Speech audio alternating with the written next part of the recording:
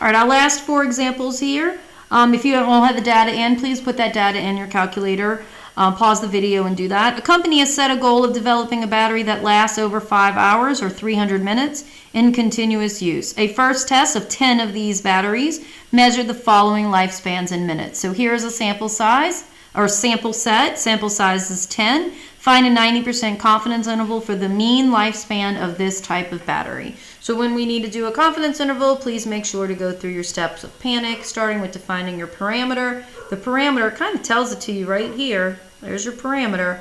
We use mu, the true mean or average lifespan for this type of battery. I always like to indicate my units in here. Whenever you have quantitative data, you usually have units. It's good to know what your data is measured in. So we're talking about minutes here. Assumptions and conditions, it does not tell me that these were randomly selected. So I'm going to state I am not told the data is random.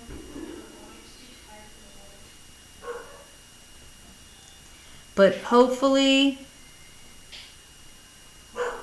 these batteries are an independent sample. All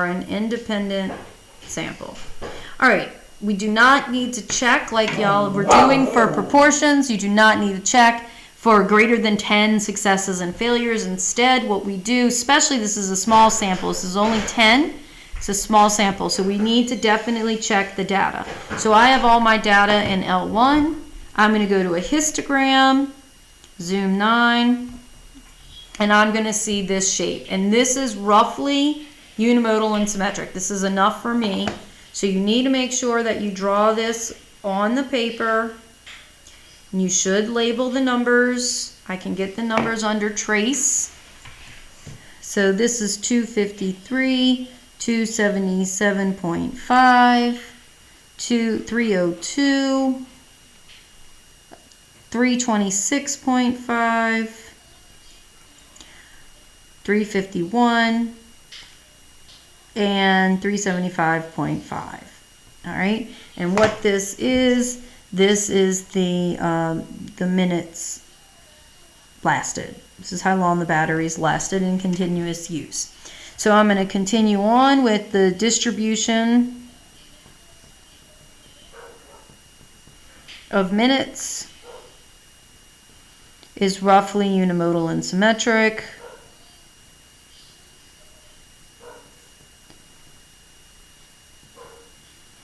And the central limit theorem says we can use the T9 model. Okay, we're building a 1 sample T interval.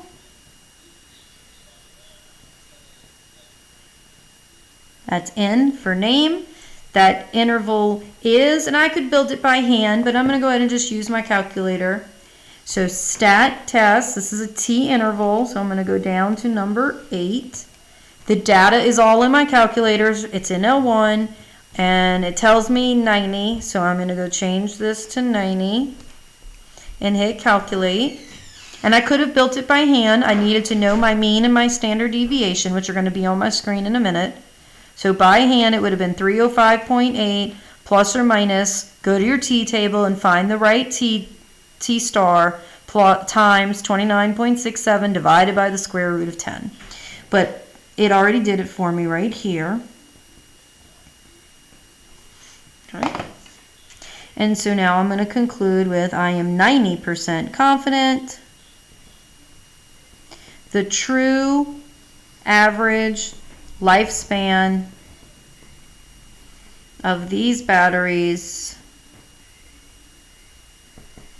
is between, remember these were numbers measured in minutes, 288.6 minutes and 323 minutes. And remember, they were hoping to get batteries that lasted 300 minutes, and if we were doing a test, we would not reject that null because this does span 300 minutes, so 300 minutes is definitely a plausible value. All right, If we wish to conduct another trial, how many batteries must we test to be 95% sure of estimating the mean lifespan to within 15 minutes? And then there's a separate question of to within 5. So I'm going to split those up to within 15 and within 5 on these two sides of the paper. So now this, and a lot of you don't hear it in the words, but this right here is a new margin of error. We're trying to estimate the lifespan to within 15 minutes. That's a margin of error. That's how far you reach out on. That's how far we're going to reach out on each side of the statistic. Right now, our statistic is 305, and we went up to 323. So that's a distance of almost 20. That's a distance of almost 20 minutes on each side. So this margin of error is 20 minutes. We want to narrow in more to estimating within 15 minutes on each side. So what we have here is we have our margin of error needs to equal, and this is supposed to equal, let me come over here, T star times S over square root of N. But if I'm asking you how many batteries must we test, that means I'm asking you what's N. So if you don't know N, then you don't know S because you don't have a sample yet, and you don't know what T star to use because you don't know your degrees of freedom. So this is where we have to use an S from a different scenario, and we use the Z in place of T. Okay? So the T we're going to get from 95% confidence, that's 1.96. That's not the right number for the T model, but we don't know which T model to use, so we just use the Z model in its place. And we don't know what our new standard deviation is going to be, but we do know our standard deviation from our previous problem. So if I look back on my calculator screen, the standard deviation in the previous problem was 29.68. So I'm going to use that number as my best guess for what the standard deviation would be.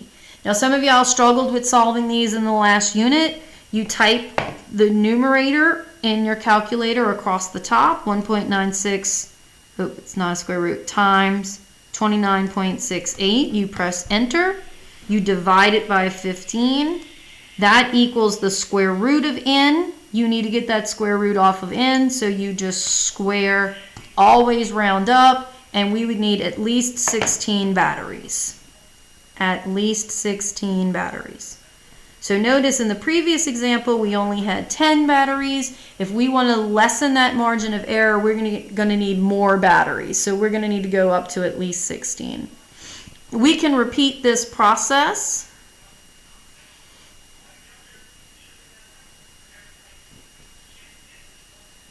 We can repeat this process to be within 5.